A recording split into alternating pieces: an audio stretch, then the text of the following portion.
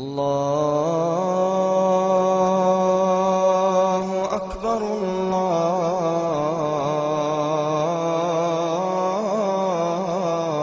الله أكبر. Comme chaque semaine, des jeunes gens viennent ici se convertir, une vingtaine par mois en moyenne. C'est le cas de cette jeune femme en voile gris. Cette Française de 24 ans est vendeuse dans un magasin de chaussures. Elle s'appelle Christelle pour quelques minutes encore, puis elle se fera appeler Shaynez. Ces femmes voilées ne sont pas toutes des musulmanes d'origine. Près d'un tiers d'entre elles seraient des jeunes Françaises de culture catholique converties à l'islam, comme Fatima, notre promeneuse du quartier Saint-Michel. Elle s'appelle en fait Aurélie. Voilà. Je suis française d'origine française et je suis convertie dans ma famille, personne n'est musulman.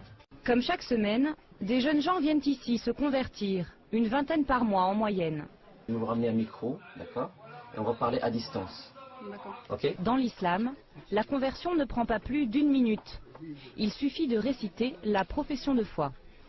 Ashhadu Ashhadu alla Allah ilaha ilaha illallah illallah wa ashhadu ashhadu anna anna Muhammadan Muhammadan Rasulullah.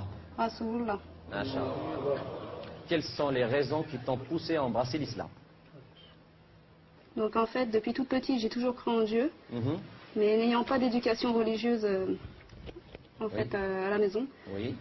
j'ai dû faire mes propres recherches et jusqu'à présent, toutes les questions que j'ai pu me poser sur Dieu, il n'y a que l'islam où j'ai eu mes réponses en fait.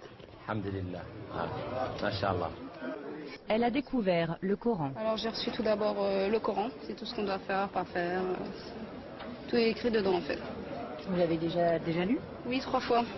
Oui. Une fois que j'ai terminé, je le relis, ainsi de suite. Bien. Je vais même vous dire une chose, vous êtes mieux que moi. Parce que vous venez de rentrer dans l'islam, tous vos péchés sont pardonnés. C'est comme si vous venez de naître. C'est comme si vous venez de naître.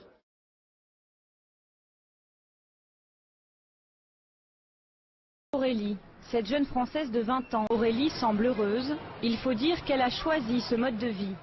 Interdire quelqu'un de s'habiller comme il veut, interdire quelqu'un de rester chaste et de se préserver, c'est aussi barbare que ce que disent les gens qui disent que nous, on nous oblige et que notre voile fait du mal, alors qu'il fait du mal à personne.